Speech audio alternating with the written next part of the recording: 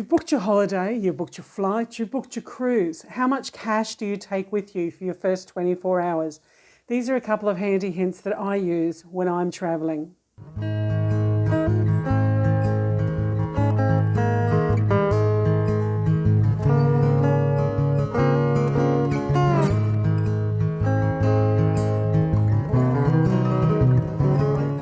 Going on a holiday, I try to pre-plan as much as possible. Pre-plan and pre-book so that I don't have to deal with much cash at all.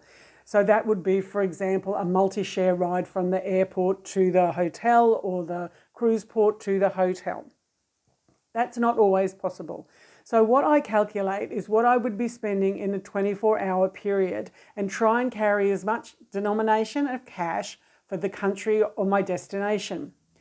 So how that I would calculate that is I would go online and I would look at some of these trip projecting apps that are on for taxis, for example, like Rio to Rio, or most countries have a taxi calculation app site somewhere.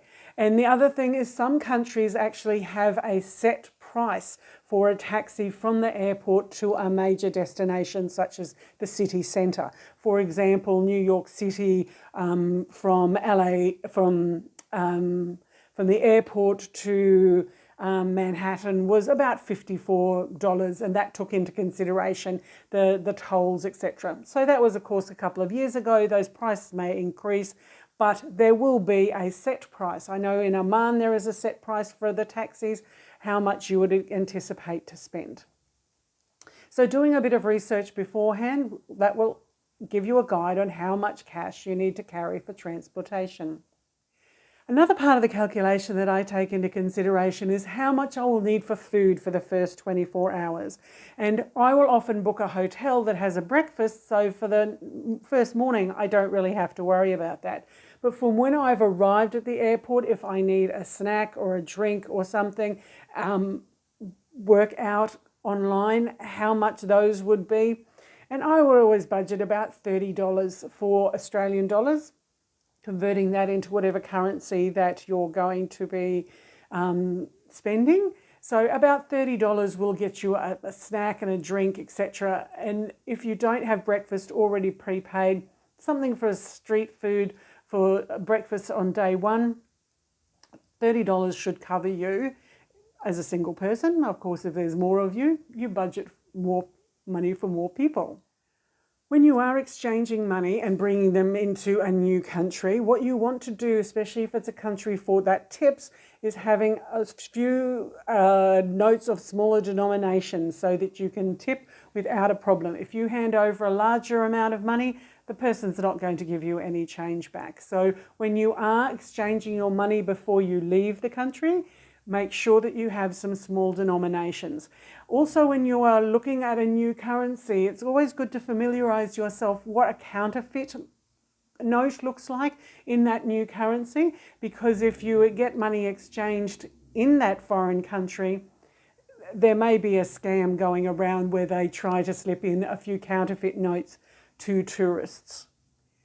If you are going to go to a country and you're going to be using their public transport, it's not uncommon that they have a travel card, a public transport travel card, like the Oyster card in London, or the rapid passes or metro passes, for example.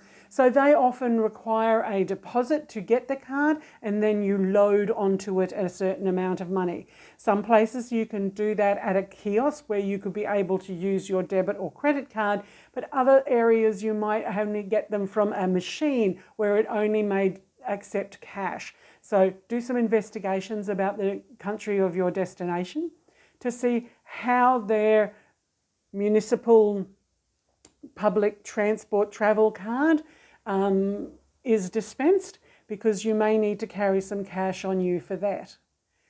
So with taking all these calculations into consideration, your transportation from the airport to your hotel, something to eat, something to, and for other general transport needs, I would anticipate that an easily exchange an equivalent of 100, 150 Australian dollars to whatever the currency of the destination that you're going to would be reasonable enough money to carry for you when you first arrived. And then once you arrive in a country, then you can exchange a greater amount, or you can get money out of an ATM. And I'll go through that in another video. But these are just a couple of handy hints of how I consider calculating my expenses for the first 24 hours if I am exchanging cash or taking cash to a new country. This is Julie Jules Cruise Companion saying stay safe everybody and happy travels.